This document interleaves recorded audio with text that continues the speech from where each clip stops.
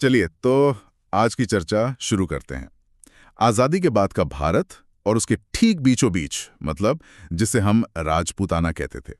19 रियासतें, 3 ठिकाने और 1 केंद्र शासित प्रदेश। जी। इन सबको जोड़कर आज का राजस्थान बनाना, सोचिए कितना बड़ा, कितना मुश्किल काम रहा होगा। बिल्कुल। और इस पूरे मिशन के जो सूत्रधार थे वो थे सरदार पटेल और वीपी मेनन। तो जब इतनी रियासतों को एक साथ लाना था, उनके सामने सबसे बड़ी चुनौती क्या थी? मतलब राजनीतिक, भौगोलिक या कुछ और ही था? ये सवाल बहुत अच्छा है और इसका जवाब देखिए, नक्शे पर नहीं बल्कि इंसानी मन में छुपा है। अच्छा। सबसे बड़ी चुनौती थी शासकों का मनोविज्ञान। आप सोचिए, सदियों से जो राजपाट चला आ रहा है उसे छोड़ना कितना मुश्किल होगा। हाँ, ये तो है। इसका एक बहुत ही मार्मिक उदाहरण है बांसवाड़ा के महारावल चंद्रवीर सिंह का। जब उन्होंने विलय पत्र पर दस्तखत किए तो उन्होंने कहा कि मैं अपने डेथ वारंट पर हस्ताक्षर कर रहा हूं। Death warrant? जी, ये एक वाक्य ही आप सोचिए उस दौर की पूरी दुविधा और दर्द को बयां कर देता है। मतलब कुछ राजा तो शायद इसके लिए तैयार ही नहीं थे। बिल्कुल नहीं। कुछ रियासतें जैसे जोधपुर, वो तो पाकिस्तान में शामिल होने तक का मन बना रही थीं। तो फिर ये लगभग नामुमकिन काम आखिर हुआ कैसे? मुझे नहीं लगता कि ये एक झटके में हो गया होगा। बिल्कुल नहीं, ये कोई एक दिन की घटना नहीं थी।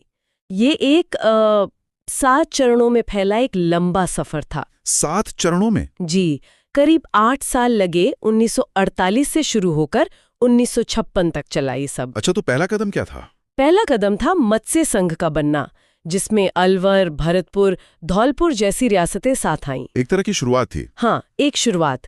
लेकिन जो असली, जिसे हम टर्निंग पॉइंट कह सकते हैं, वो आया 30 मार्च 1949 को। राजस्थान दिवस वाला दिन। बिल्कुल, जब जयपुर, जोधपुर, बीकानेर जैसी बड़ी रियासतें साथ आईं और वृहत राजस्थान बना। तो ये वृहत राजस्थान बन गया जिसमें ज्यादातर बड़ी बड़ी रियासतें शामिल थी।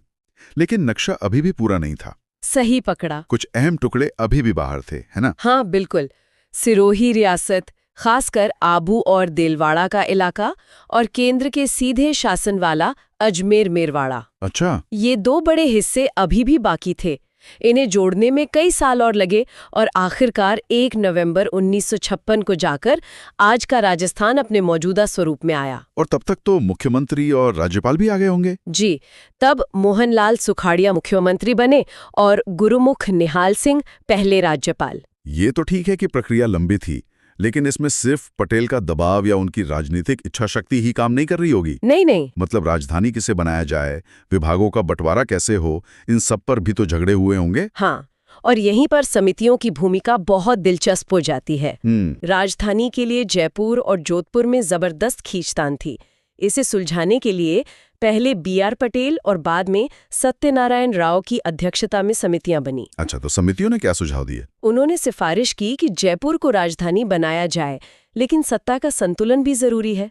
तो न्याय विभाग जोधपुर को दे दिया गया, शिक्षा बीकानेर को और खनिज विभाग उदयपुर को। मतलब सबको कुछ न कुछ देकर खुश रखा। बिल्कुल। ये सिर्फ एक प्रशासनिक फैसला नहीं था, बल्कि सबको साथ रखने की एक राजनीतिक समझ थी। ये तो हुई राजाओं और नेताओं की बात, पर उस दौर में आम जनता क्या सोच रही थी?